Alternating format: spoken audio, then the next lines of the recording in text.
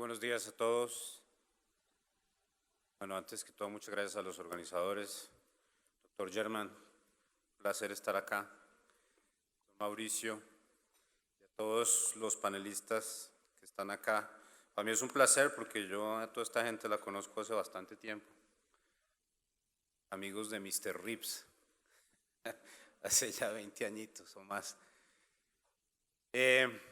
Tengo 10 minutos, yo creo que lo importante va a ser tocar, yo creo que César Prado tiene un gran punto, él tocó el tema de que si algo hemos avanzado en Colombia es en la infraestructura de la demanda y desafortunadamente no hemos visto los resultados que nos gustaría, pero creo que gran trabajo se ha hecho que no significa que no hubiéramos gastado demasiadas horas en un salón del doctor Rigobón en MIT, pensando, brainstorming sobre qué podemos contarle a Colombia, decirle a la clase política, pues para avanzar mucho más la discusión sobre la capacidad de que tengamos unos mercados muchísimo más líquidos. Germán me pidió que me enfocara en AFPs, compañías de seguros, recursos públicos, básicamente FOMPET y retail, para ver cómo podemos avanzar eso. Entonces en 10 minutos voy a tratar de dar unos comentarios de que lo que siento yo es lo más importante desde el punto de vista de la misión, lo que encontramos, lo que discutimos y las conclusiones a las que llevamos. Una cosa muy importante que voy a decir, y es una crítica que hago a muchos observadores en Colombia, que muchos observadores piensan que los fondos de pensiones deberían ser unos generadores de liquidez. Y eso no es cierto. La visión de la misión no es esa. El trabajo de los fondos de pensiones es maximizar la futura pensión de sus contribuyentes. Ese es su trabajo, esa es su gestión.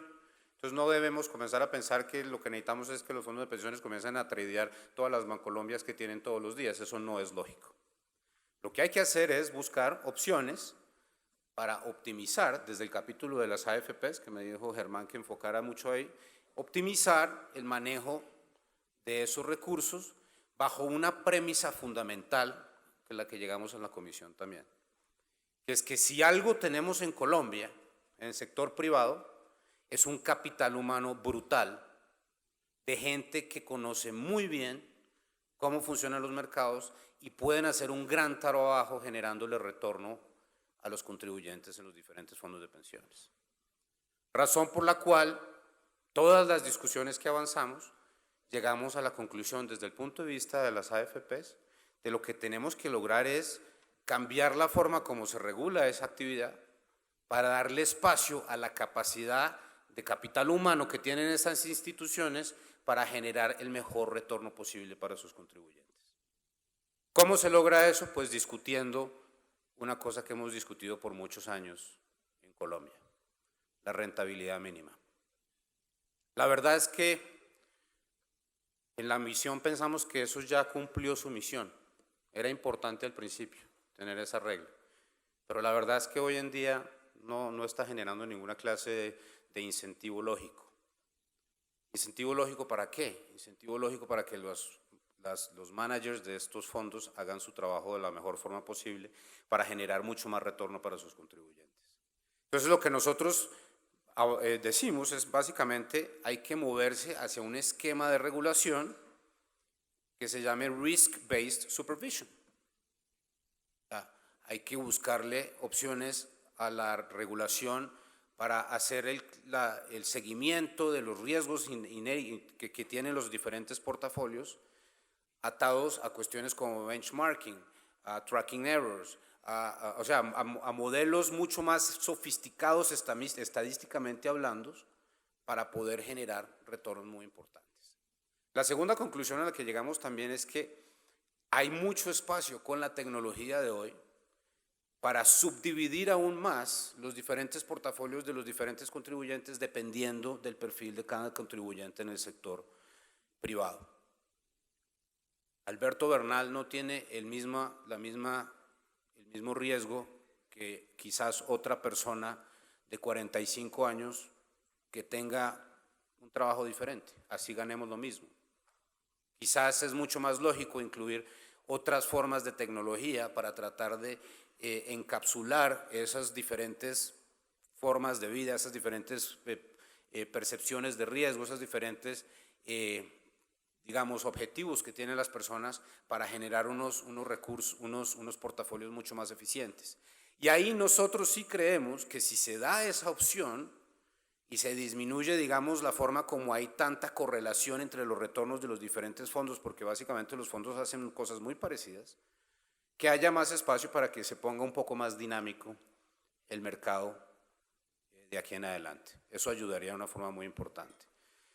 En cuanto a las aseguradoras, muy parecido a las conclusiones y todas las conclusiones obviamente están en el documento, ustedes las pueden leer. Pero una cosa un dato importante antes de avanzar, y esto lo conversamos muchísimo con Hacienda, para nosotros es un factor fundamental desde el punto de vista político, desde el punto de vista de manejo de los fondos, que se haga explícito cuánto es el costo del seguro previsional en el fondo. Porque cuando todo el mundo oye que la comisión es 3%, la comisión no es 3%. Gran parte de ese 3% es el seguro previsional. Y cuando la gente oye eso, estos fondos son unos ladrones y nos están robando nuestra plata cuando no tienen en cuenta la realidad de esas cuestiones, de qué hay detrás de eso. Punto sobre las aseguradoras, y en eso me voy a enfocar en una parte que para mí es fundamental, y esto es un caballito de batalla que yo tuve dentro de la comisión, que es lo de la generación del mercado de rentas vitalicias en Colombia, que no existe en términos prácticos. Mientras sí existe en Chile, en Colombia no existe. ¿Por qué no existe?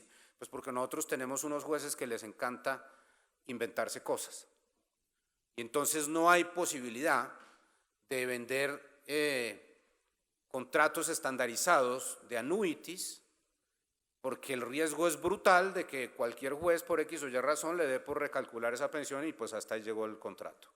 Entonces, la conclusión de la misión, y eso es una conclusión bastante fuerte, pero no vemos otra, es que si nosotros queremos un mercado de rentas vitalicias, vamos a tener que hacerlo explícito, que el que tiene que ponerle el pecho a esto es el contribuyente, porque el sector público no se lo va a poner.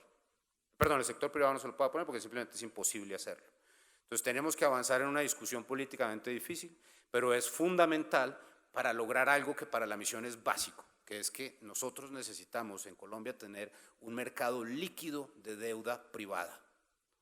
Y sin el componente de rentas vitalicias es realmente muy difícil avanzar en esa evolución de un mercado de deuda privada que sea eficiente. Esa es una conversación que tenemos que tener como país.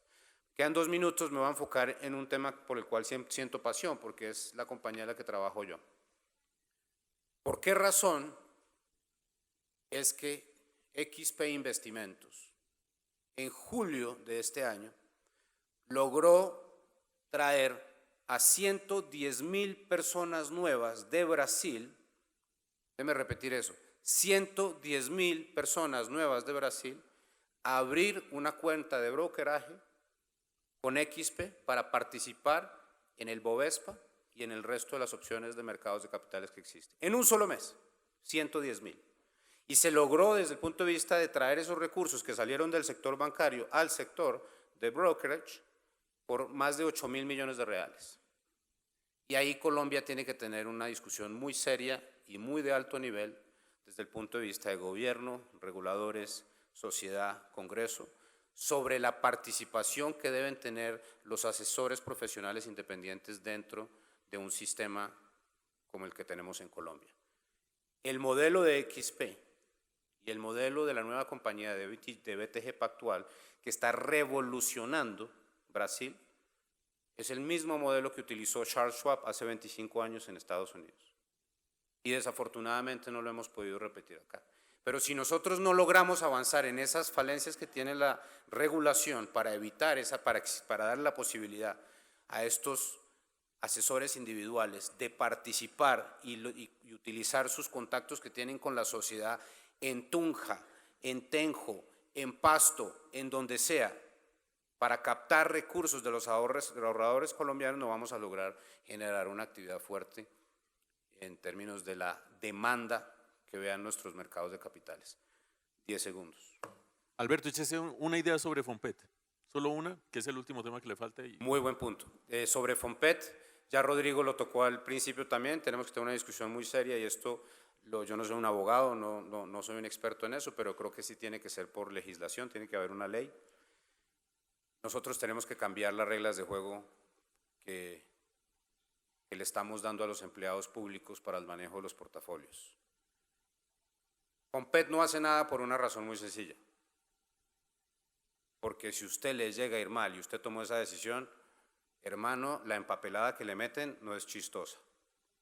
Entonces, o le damos la posibilidad a esa persona de tomar decisiones acorde como tendría una persona como Alonso Ángel para tomar en el sector privado para una decisión de un portafolio de inversiones, o lo ponemos igual, o no podemos esperar que esa cantidad de recursos que están parados en los fondos públicos comiencen a participar y a generar más liquidez y más demanda dentro de los mercados. Pero, como dicen los norteamericanos, first things first, hay que arreglar el riesgo que tiene como persona el empleado que toma esas decisiones desde el punto de vista del sector público.